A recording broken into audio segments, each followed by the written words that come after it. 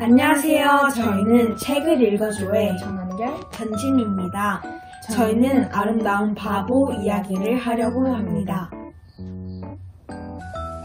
많고 많은 바보 이야기 중에 저희가 뽑은 가장 충격적인 바보 이야기는 바로 이 책 속에 들어있어요.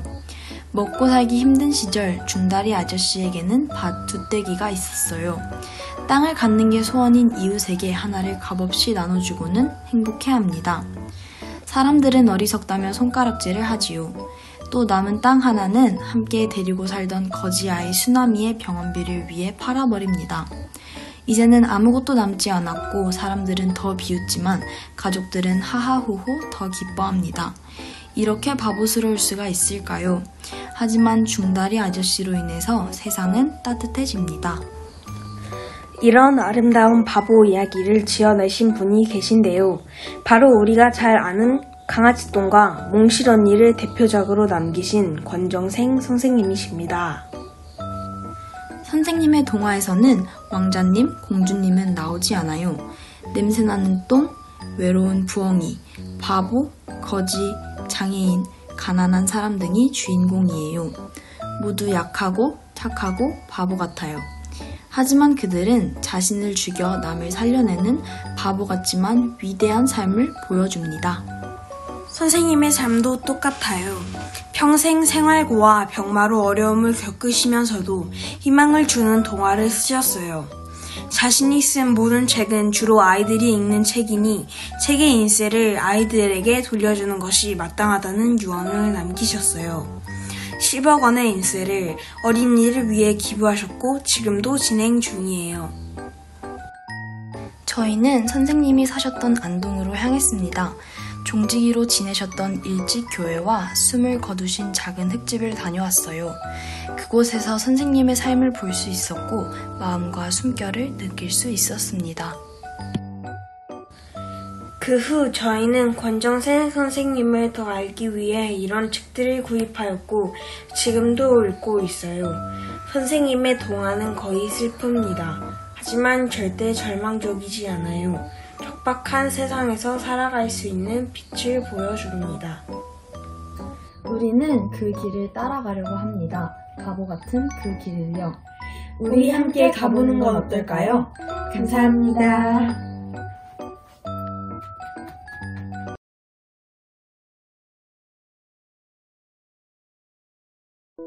지구에게 미래가 있을까요? 기후변화 좀 아는 10대, 여러분은 얼마나 알고 계시나요? 더운 날에는 에어컨을 트는 사람들이 많습니다. 에어컨에서는 이산화탄소가 뿜어져 나오는데 말이죠. 이산화탄소는 바이러스처럼 순식간에 지구를 뒤덮습니다. 그렇게 지구는 계속 더워져 갑니다. 결국 사람들은 더운 날씨를 참지 못하고 에어컨을 켜게 되죠. 그렇게 지구는 점점 더 고통스러워집니다. 빙하는 지구로 오는 햇빛을 반사해줍니다. 그런데 빙하들은 지구온난화로 인하여 점점 녹아가고 있습니다. 녹은 빙하들로 인해 지구의 해수면은 하루하루 상승해가고 있습니다. 더 이상 지구에서 찾아볼 수 없는 나라들도 생겨나고 있는 것이죠. 이것이 우리나라의 미래일지도 모릅니다. 이렇게 지구온난화는 날이 갈수록 심해지고 있습니다. 그 주범은 바로 우리, 인간입니다. 편안함을 누리며 지구를 오염시킨 우리들. 그런 우리들 때문에 동식물이 피해를 봅니다. 지구온난화는 모두에게 공평할까요? 지구온난화의 마지막 희망은 우리 10대입니다. 우리 10대는 앞으로 지구와 함께 미래를 이끌어 나가야 합니다. 그리고 지금의 우리는 지구를 사용하고 파괴한 것에 대한 책임을 져야 할 때입니다. 그렇다면 우리는 어떻게 책임질 수 있을까요?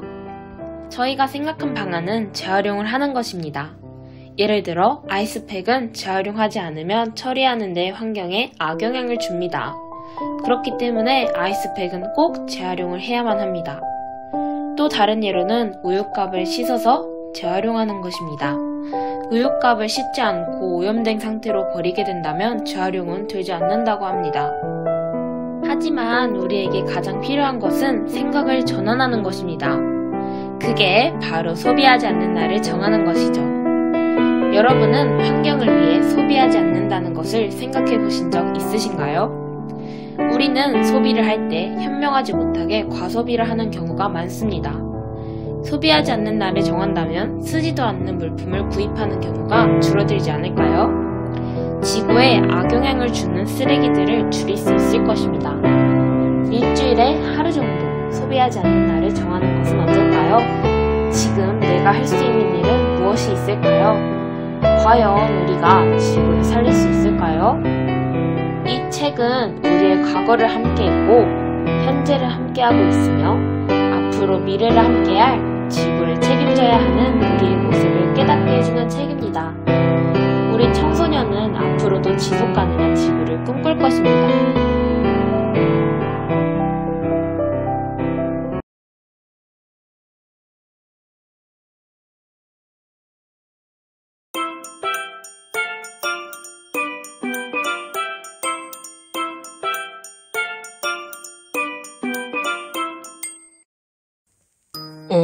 나공아 안녕? 지금 뭐 하고 있어? 주공아 안녕. 책을 읽고 있었어. 무슨 책을 읽는데? 앙드레지드의 좁은 문이라는 책이야. 어려운 책 같은데? 보나마나 내용도 뻔하겠지. 아니야, 정말 그렇지 않아. 내가 좁은 문의 줄거리를 알려줄게. 이 책의 주인공 알리사와 제롬은 어렸을 적부터 서로에 대한 사랑을 키웠어. 그러나 알리사는 시간이 흐를수록 제롬을 점점 멀리하게 돼.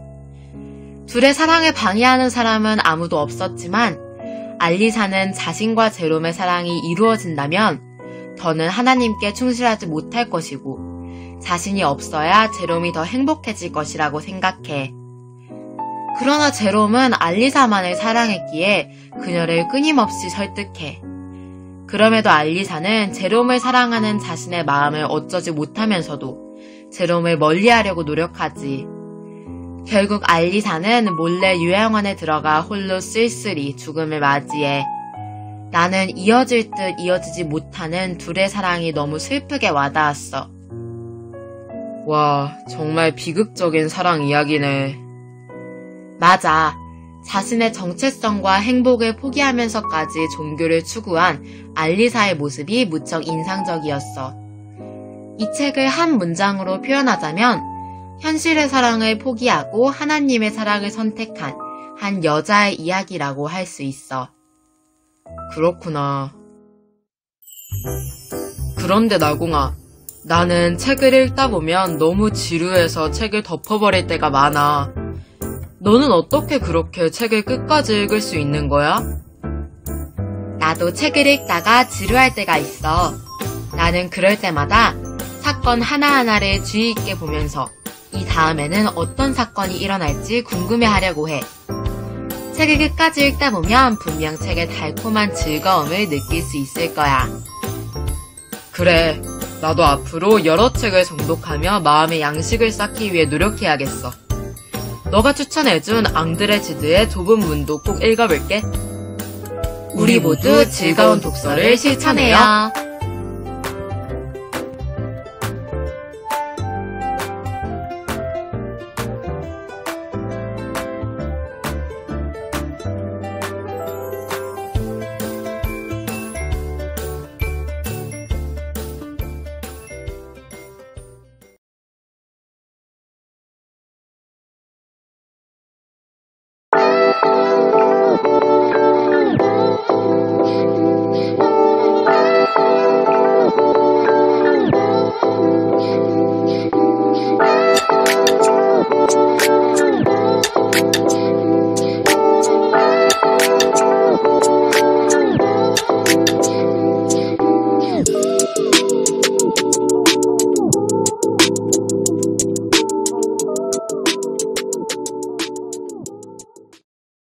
안녕하세요. 저희는 신서연, 이현경입니다.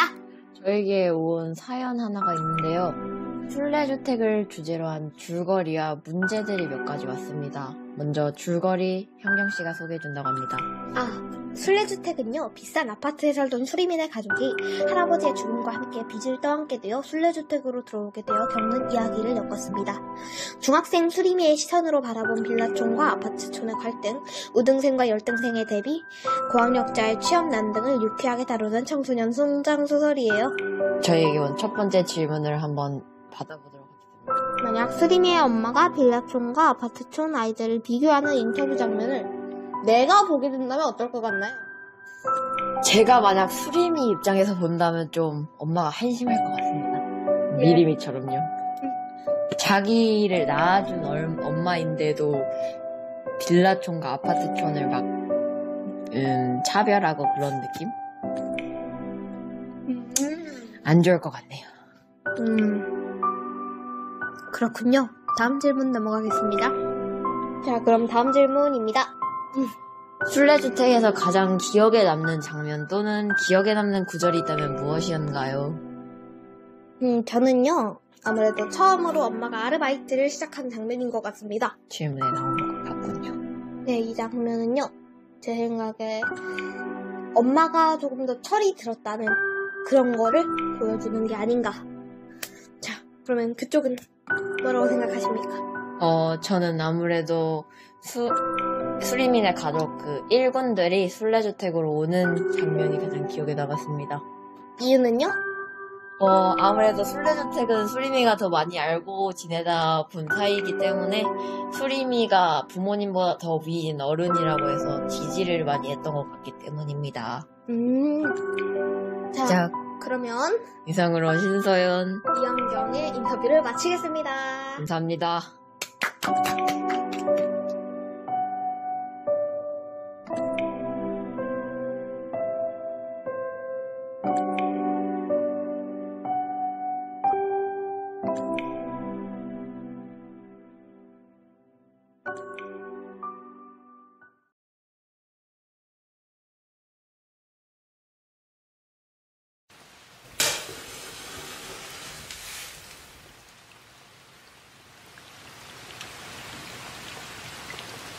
하늘과 바람과 별과 시, 윤동주 시집.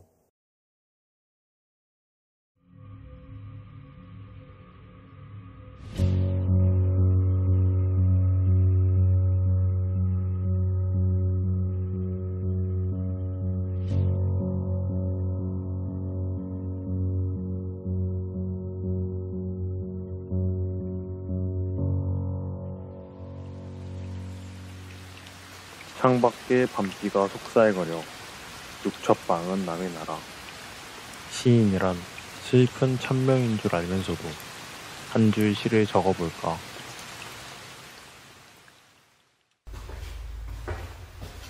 땀내와 사랑내 포근히 풍긴 보내주신 학비 봉투를 받아 대학 노트를 끼고 늙은 교수의 강의 들으러 간다.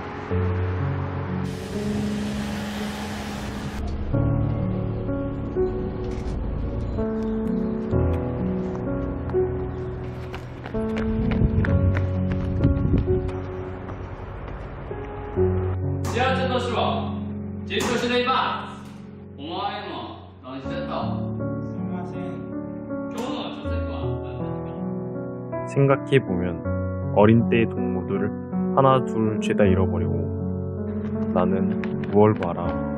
나는 다만 홀로 침전하는 것일까.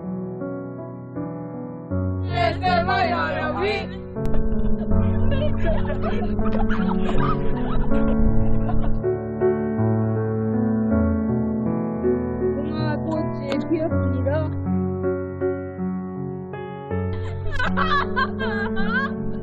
인생은 살기 어렵다는데 시가 이렇게 쉽게 쓰여지는 것은 부러운 일이다. 육첩방은 남의 나라. 창밖에 밤비가 속살거리는데 등불을 밝혀 어둠을 조금 내몰고 시대처럼 올 아침을 기다리는 최후의 나.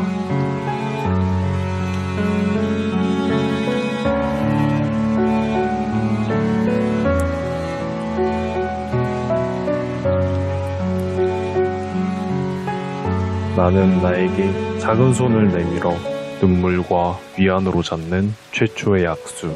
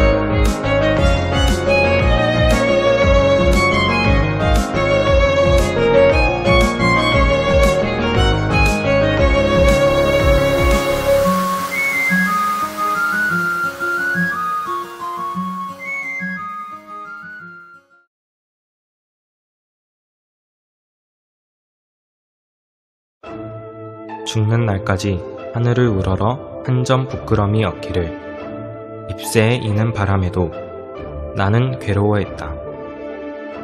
별을 노래하는 마음으로 모든 죽어가는 것을 사랑해야지. 그리고 나한테 주어진 길을 걸어가야겠다. 오늘 밤에도 별이 바람에 스치운다.